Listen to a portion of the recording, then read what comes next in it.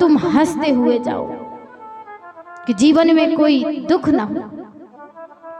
ऐसी करनी मत करो कि तुम रोते हुए जाए और संसार हंसे, बहुत अच्छा था, मर गया, चला गया, पीछा छूटा। ऐसा कर्म मत करो। जीवन में आए हैं, कभी खुद के शब्दों से किसी को पीड़ा ना हो, ऐसे शब्द बोलो। मनसा वाचा कर्मणा, ये तीनों हमारे अंदर हैं। मन से किसी का बुरा ना हो, मनसा वाचा वचन से किसी को बुरा ना लगे, और कर्मणा माने हमारे कर्म से किसी का बुरा ना हो। इसलिए जीवन में कोई भी कार्य करो, धर्म के मार्ग पर चल करके करो। कंस ने अधर्म किया, आज तक पापी कहता है। रावण ने अधर्म किया, अब तक पापी कहलाता है। और जिसने भी इस संसार में अच्छा कार्य किया, वो आज तक पूजा जाता है। भगवान ने अपने माता पिता के पास कारावास में गए, वहां जाकर उनको प्रणाम किया, दंडवत किया, और कहा, जैसे ही देवकी मैया ने अपने पुत्र को देखा, उसके सीने से लिपट गई। जब कन्हैया को भेजा था तो केवल छोटे शिशु थे,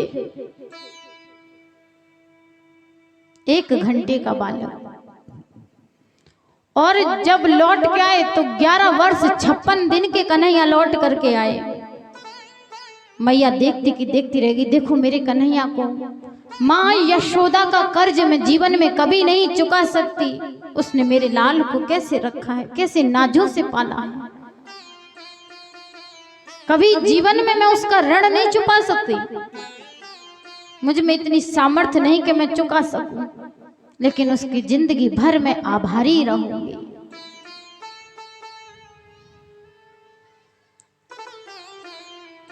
भगवान माँ से मिले, अपने पिता से मिले, अपने नाना महाराज से मिले, उग्रसेन से। उग्रसेन महाराज को मथुरा का राजा बनाया। समस्त ब्रजवासियों ने कहा, कन्हैया हम जाना चाहते हैं, तू भी चल। भगवान ने साफ बोल दिया, मित्रों मैं तुम्हारे साथ नहीं जा सकता।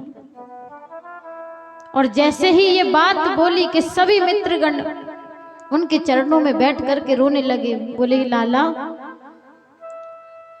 क्या हमसे कोई पाप हुआ, कोई अपराध हुआ है, या कोई शब्द तुझको चुभ गए हैं जो तू हमारे साथ नहीं चलना चाहता? पता है तू मां से कह के आया है कि मैं परसों आऊंगा। भगवान ने कह दिया, मित्रों तुम जाओ, जब मेरे जीवन में लिखा होगा कि मैं कब अपनी मां से मिलूंगा, कब अपने पिता से मिलूंगा, तब मैं आ जाऊंगा, तुम जाओ। बेचारे नन्हे नन्हे सखा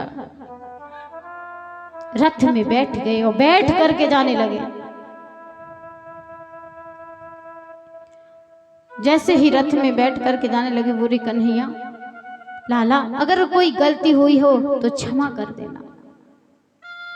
चल पड़े, लेकिन बिना कन्हैया के उनका मन नहीं लगता। रोते हुए श्रीधाम वृंदावन की ओर जाने लगे। कहाँ रथ चल रहा है, कहाँ मनोगति चल रही है, किसी को कुछ पता नहीं। बिना कन्हैया के मानो श्रीधाम वृंदावन की खुशी, उनका प्रेम, सब कुछ मथुरा में रह गया हो, ऐसा प्रतीत होता है। जैसे ही श्रीधाम वृंदावन में पहुंचे, मां दौड़ती दौड़ती आई, मेरा लाला आ गया, मेरा कन्हैया आ गया।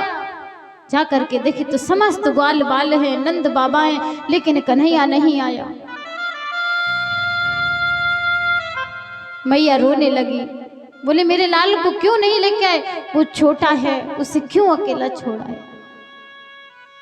सबको डांटने लगी मां। नंद बाबा ने कहा, पागल हो गई है तू, वो तेरा लाल कभी था ही नहीं। वो तो देवकी का पुत्र था, वसुदेव का पुत्र था, वो तो तेरा था ही नहीं कभी। भूल जा कि तेरे कोई पुत्र था जिसका नाम कन्हैया था। बोले आप पिता हैं तो आप भूल सकते हैं, लेकिन माँ की वेदना को आप नहीं समझ सकते, माँ के दुख को आप नहीं समझ सकते। अगर माँ के दुख को आप समझते तो ये कहते ही नहीं कि भूल जाओ। अरे मैंने उसे नाजों से पाला है, अपनी गोद में अपना दूध पान कराया है, तो मैं जानती हूँ कि क्या पीड़ा होती है। मैया, पिता, समस्त गोपियां सब रोते रहे कि भगवान वापस नहीं आए, लेकिन इसी उम्मीद पे जीने लगे, इसी उम्मीद पे कि किसी ना किसी दिन तो उसे हमारी याद आएगी, कभी ना कभी तो वो हमारे पास जरूर आएगा। अब यहाँ पर भगवान मथुरा में रह तो गए, लेकिन उनका चित्त, उनका मन जो है वो श्रीधाम वृंदावन में रखा है। भगवान का जनेऊ संस्कार करवाया गया। भगवान ने अपने श्री चरणों में, जब तक वृंदावन धाम रहे, चरण पादुकाएं नहीं पहनी थी, क्योंकि कुछ सखा भगवान के इतने गरीब थे जिनके पास चरण पादुकाएं नहीं थी। जैसे वो गरीब सखा रहते, भगवान भी उनके साथ वैसे ही गरीब रहते। कभी वस्त्र धारण नहीं किए थे, केवल काली कमली ओढ़ते थे, क्योंकि उनके सखा ऐसे भी थे जिनके पास वस्त्र नहीं थे पहनने को। वस्त्रों क्या नंद बाबा के घर किसी चीज की कमी थी, लेकिन सखाओं के साथ, कहते हैं भक्त के साथ भगवान वैसा ही बन जाता है जैसा भक्त होता है।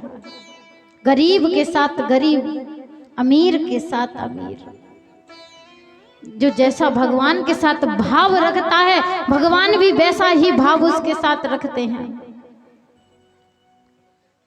जनेऊ संस्कार करवाया, भगवान को अवंतिकापुरी में पढ़ने के लिए भेज दिया, जिसे कहते हैं उज्जैन।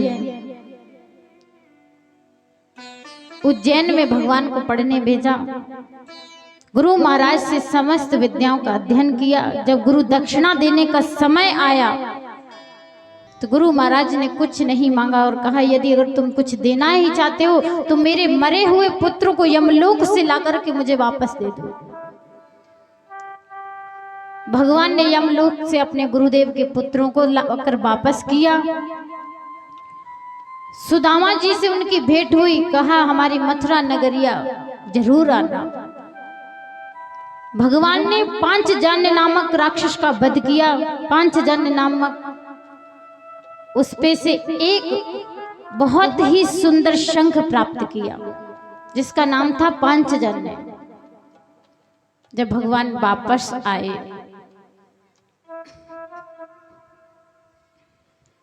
जैसे ही परमात्मा मथुरा नगरिया वापस आए, जब से आए ना किसी से बात करते, हमेशा रोते ही रहते, रोते ही रहते। एक बार उद्धव ने पूछा, क्यों, क्या हुआ प्रभु? आपको मैं देख रहा हूं, जब से यहाँ आए हो आप किसी से कोई बात नहीं करते, रोते रहते हो। उन्होंने कहा, उद्धव क्या कहूं, मुझे श्रीधाम वृंदावन की बड़ी याद आती है, मैं भुला नहीं सकता। के उधो मोहे ब्रज विशरत नाही। हे उधो, मैं ब्रज को भुला नहीं पा रहा हूँ, विसर नहीं रहा है, क्या करूं? एक काम कीजिए, मुझे उस माँ की बड़ी याद आ रही है, गोपियों की, मित्रों की बहुत याद आती है। ये पाती ले जाओ मेरी, और तुम चले जाओ मेरा संदेशा लेकर के श्रीधाम वृंदावन के लिए। बोले, याद आपको आ रही है तो आप ही जाइए, हम नहीं जाएंगे। बोले, नहीं, मैं नहीं जा सकता, यदि मैं गया तो फिर वापस नहीं आऊंगा। और तुम भली भांति जानते हो कि मैं माता पिता को इतने वर्षों बाद मिले हैं, छोड़ करके नहीं जा सकते, ना ही वो मुझे जाने देंगे। उद्धव जी महाराज को भेज दिया। जैसे ही पाती लेकर के वहां पहुंचे, नंद बाबा के महल में पहुंचे। नंद मैया तो एकदम न सुनती है, रो रो के ना उसे कुछ दिखाई देता है। आकर के उन्होंने कहा मैं मथुरा से आया हूं कृष्ण का संदेशा लेकर। वो सुनती नहीं। जब जोर से चिल्लाकर बोले तो कहती है चुप हो जाओ, मेरा लाल सो रहा है, वो जाग जाएगा। ऐसी दशा जब देखी तो उद्धव जी की आंखों में आंसू आ गए। बोले ये माँ तो पागल हो गई है, बावरी हो गई है। कन्हैया जो मथुरा में, वो कहती है ये सो रहा है। नेत्रों की ज्योति चली गई रोते रोते। यशोदा मैया नंद बाबा से उन्होंने बातें की। अब कहता है कि मैं राधा रानी के दर्शन करना चाहता हूँ, किशोरी जी के, गोपियों के दर्शन करना चाहता हूँ। महल से चले गए श्री राधा रानी के बीच में।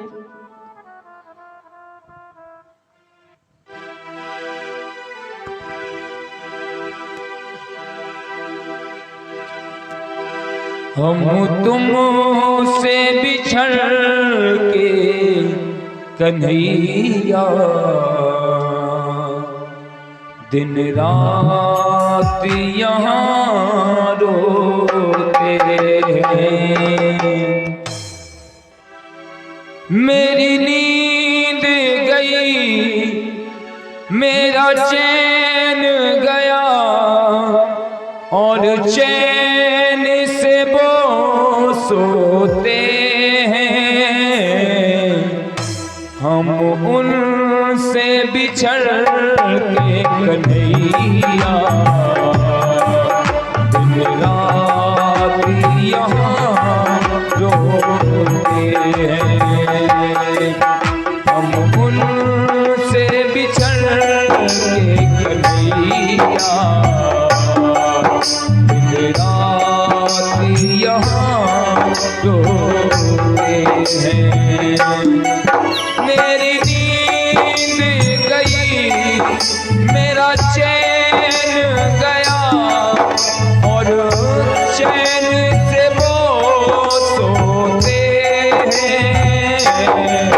हम तुम से बिछड़ के कन्हैया दिन रात यहाँ रोते हैं।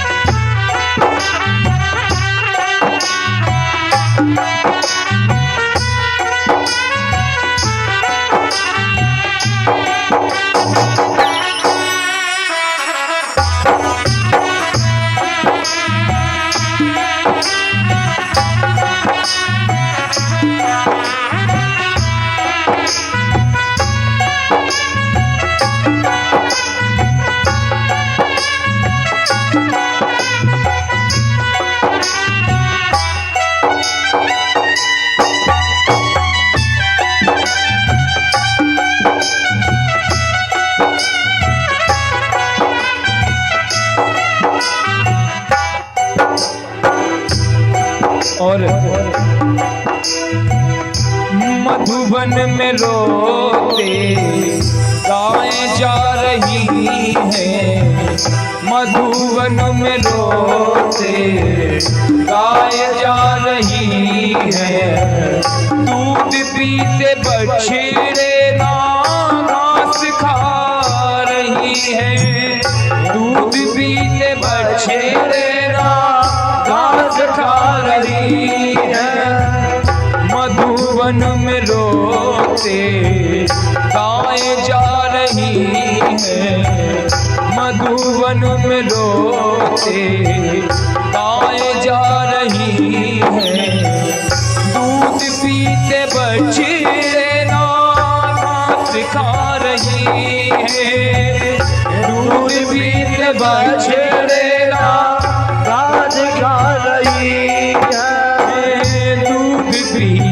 बछड़े ना घास खा रही है। तेरे प्यार में ओ मनमोहन, तेरे प्यार में ओ मनमोहन, दिन रात यहाँ रोते हैं।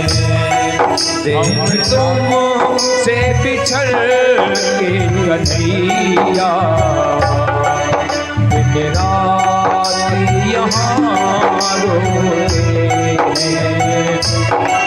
मेरी नींद गई, मेरा चैन गया, और चैन से वो सोते हैं।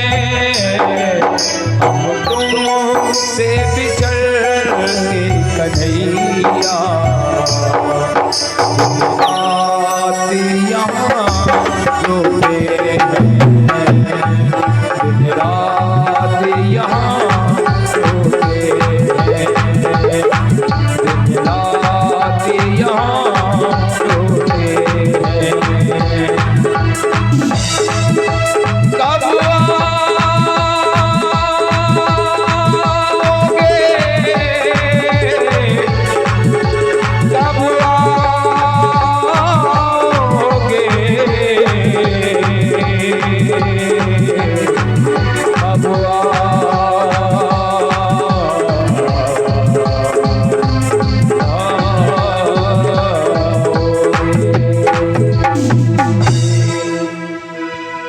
बोले बांके बिहारी लाल की जय हो। जय श्री राधे। इसी बीच और भी कुछ भेंट आई है भगवान के चरणों में। हमारी अनु कौशिक, अंकी कौशिक एवं आराध्या कौशिक, इनकी तरफ से 101 रुपए भगवान के चरणों में प्रदान हुए हैं। भगवान के भंडार हमेशा धन से भरे रखे। और हमारे भैया से अस्मित सिंह जमींदार, इनकी तरफ से 201 रुपए भगवान के चरणों में प्रदान हुए हैं। भगवान के भंडार हमेशा धन धान से भरे रखे।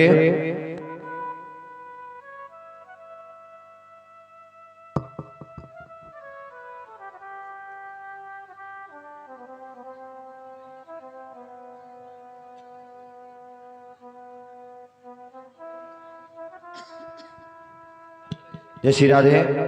हमारे भैया श्री मुकेश कुशवाहा खिरिया लटकंजू, इनकी तरफ से 101 रुपए भगवान के चरणों में प्रदान हुए हैं। भगवान के भंडार हमेशा धन से भरे रखे।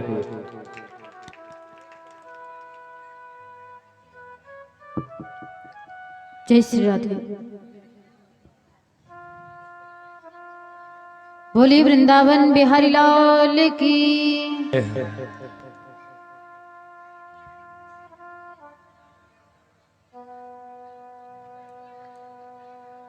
यहाँ पर भगवान का गोपियों से संवाद हुआ, उद्धव गोपी संवाद।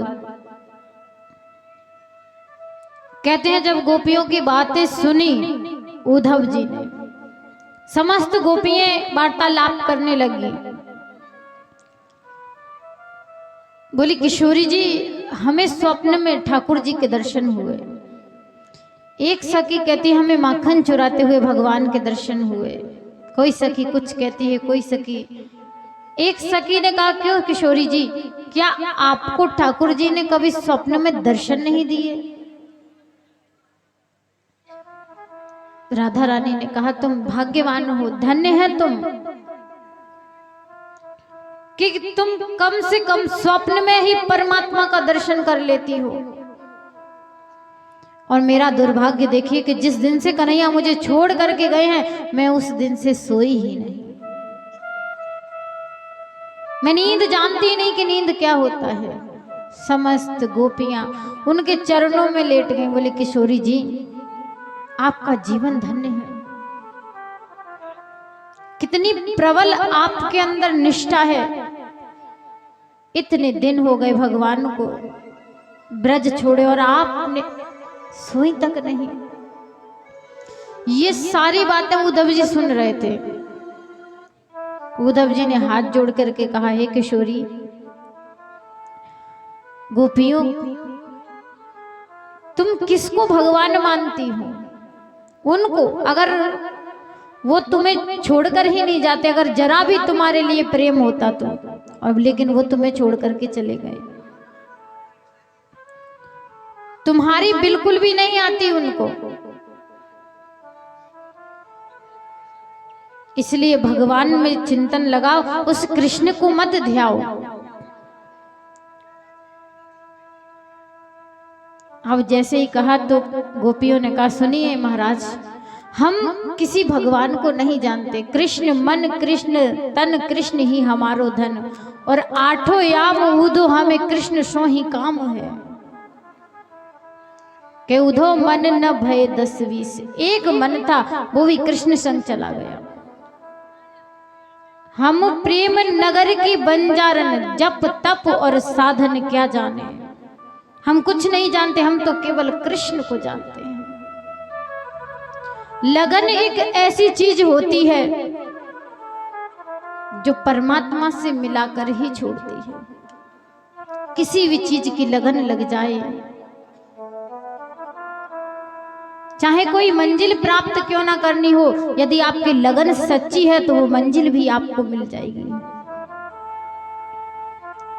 प्रकृति तो क्या, भगवान भी साथ देता है जब मंजिल की ओर व्यक्ति अकेला बढ़ जाता है। जितना भी ज्ञान था उद्धव जी के अंदर वो सब टूट गया, क्योंकि उद्धव जी को बड़ा घमंड था, अहंकार था कि मेरे बराबर कोई भी नहीं है। ज्ञानी में बहुत बड़ा ज्ञानी थे। के उधो सुधो है गयो सुन गोपिन की वैन, अरे ज्ञान बजाई डुमडुमी प्रेम बजायो ढोल।